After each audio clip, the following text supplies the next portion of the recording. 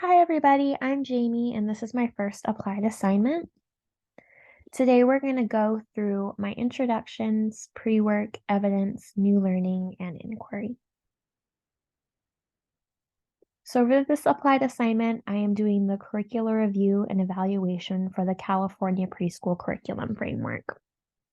I chose this curriculum because I live in Arizona and I wanted to be able to compare how states differ in their curriculum framework once I am teaching and have a better concept of what other ideas and/or philosophies my neighboring states use to better support their preschoolers, and more specifically, their dual language learners. This framework pays close attention to social and emotional development, language and literacy, English language and development, and mathematics. I will be focusing on the English language development portion of this framework to better understand what methods they prioritize in teaching dual language learners. So this is my pre-work portion. Before completing the assignment, I knew that this curriculum was created to be used alongside the California Learning Foundations to aid in school readiness. It provides guidelines for how an educator should approach teaching developmental skills. The overall goal of the framework is to provide teachers with the knowledge of how to curate developmentally appropriate classrooms, how to document reflections of thoughtful observations and intentional planning, ensure classrooms are designed to meaningfully prioritize individuality and culture, and inclusion of children who are differently abled or have other special needs. Overall, this curriculum is used as a resource in this setting.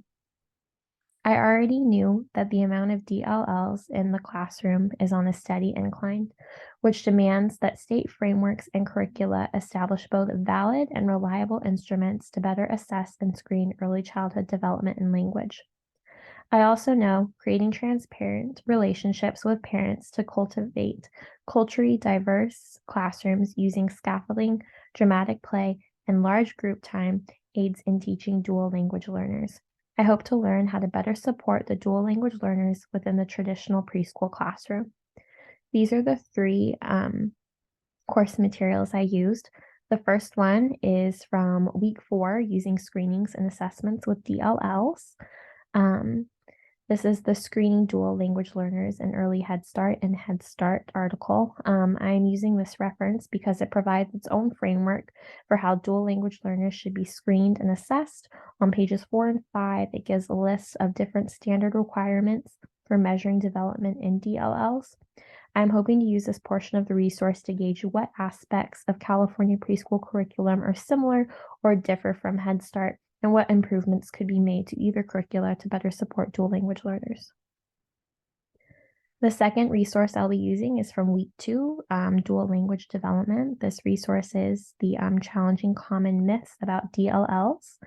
I'm using this resource to see what myths may be catered to in California preschool curriculum framework, if any. This will give me a better understanding of what implicit biases educators may have that hinder their students' development, and different ways that I can recognize them in either the classroom or curriculum framework to create a classroom that embodies equity and diversity. The last reference I will be using is from week 3, and that is the family and community engagement. This is the what parents have to teach us about their dual language learning children. This resource puts a heavy emphasis on why parents and guardians are a child's first teacher and how important it is to work alongside them to support early childhood development. I will be using this concept to see if there are any set standards in the California preschool curriculum framework for developmental conversations with parents, how to track student progress, and how much interaction parents are expected to have in an early childhood education setting. Next up, we're going to move on to my first evidence slide. This evidence supported what the framework culturally linguistic and responsive, and what was especially beneficial to dual language learners. So I have 4 examples up on the screen of if the curriculum reflected these ideals. The first question I'm going to answer is what was especially beneficial to dual language learners. So the textbook says establish consistent classroom routines and procedures. This subsection talks about how important it is to establish structure for early childhood education so that students can work towards the task at hand rather than trying to figure out what is expected of them. I think that this is important as we establish expectations, standards, and boundaries for students. This in turn creates a safe environment where students will not feel anxious or nervous because they do not know what is going on. This is especially important in regards to dual language learners. Because there is already potential for language barriers, giving students regular routines will allow DLLs to better recognize repetition and better their concept of their second language being used in the classroom. Another suburb from the curricula is that educators should support English learners in developing mathematical knowledge as they concurrently acquire English. So this subsection talks about how important it is for educators to recognize that some students may struggle in mathematics if they do not know what the teacher is asking of them because of a language barrier. This section addresses how educators should work to give DLLs comprehensive information by acting and modeling as much as possible. This is important because it establishes how educators can work to use the means. Excuse me, I was going to sneeze. Use means beyond language to aid in teaching dual language learners. So my second portion of evidence addresses the same questions. Does the framework have family involvement material? And what was especially beneficial to dual language learners? So in the social and emotional portion of the curriculum, it is suggested that educators display children's work, children's artwork, and other accomplishments are displayed at the child's eye level. I think this is beneficial for the use of families with DLLs because they get to see the diversity within the classroom and how their child is doing in comparison to their peers. It also provides an outlet for teachers to use arts and crafts as a way for students to express themselves outside of language. In the social and emotional portion of the curriculum, it is suggested that educators have ample supply of materials. It offers plenty of materials to avoid conflict between children or long waiting for a turn. Materials are labeled in the languages of the children in the group to offer children with a menu of opportunities for play. I think that this is helpful as well in having materials labeled because DLLs may not use the same language at home that they use in the classroom, and having an item with its name will help them make connections between their two vocabularies. This next graphic gives examples about how the curriculum worked to support dual language learners. And now we're moving on to our last section of evidence. This is for language and literacy for preschool students, specifically language and communication. So one of the suggestions from the curriculum is to ask open-ended questions and sustain the conversation over a number of turns. Provide opportunities for the child to practice English. For example, during circle time, small group time, or snack time, ask the child what she or he did over the weekend or during the holiday break. Teachers need to provide time for the daily sharing that moves beyond one-word responses. So this contributes to communication and speaking because the child is allowed to vary in the information that they're telling the teacher. It connects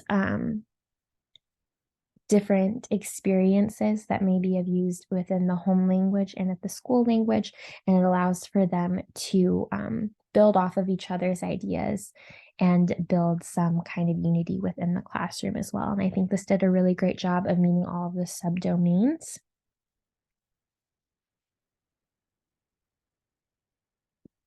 Okay, and our last little bit of evidence is language and literacy for preschoolers. So the curriculum established that we should repeat common phrases slowly and clearly to the child so he or she can begin to make the connection between the phrases and the action. So we should modify the rate of speech and pronounce each word clearly so that so that the child has time to hear good examples of the words and phrases in English. So this is a really good example of phonological awareness because the child is able to demonstrate that spoken language is composed of smaller segments of sounds. And this is a good way to demonstrate it for your students as well. So I thought that it met all of the subdomains for that section. So, moving on to my new learnings, I have found that transparency and communication is extremely important when working alongside dual language learners. Reflecting on the evidence in slide 1 regarding cultural norms and supporting dual language learners, I do think that my greatest takeaway is that different cultures have different expectations for their children, and this is reflective of their behavior within the classroom. So, in order to be successful in screening and assessments, educators need to be aware of not only the student's home language, but their cultural backgrounds as well. I think one of the best examples was that some children in different cultures are expected to be a little bit more quiet and not as vocal about their opinions at home. So that might transpire into the classroom. And it's important to be able to recognize a cultural difference compared to a student who is quiet because they don't know what's going on. And I think that's something that's really important to take into consideration when we are creating this curricula, as well as creating the assessments for these students.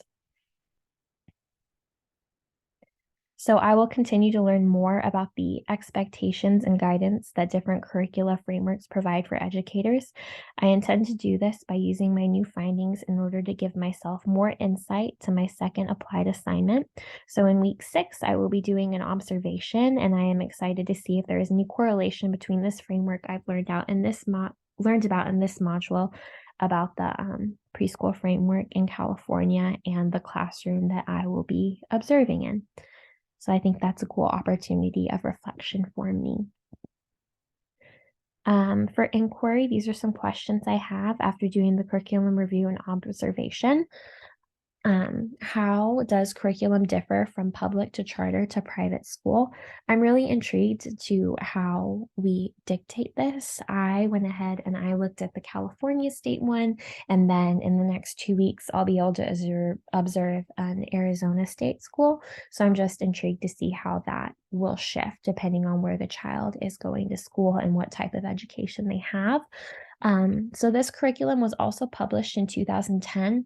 I'd also like to know how often it gets updated in order to evolve with student needs and how much legislation goes into dictating this curriculum.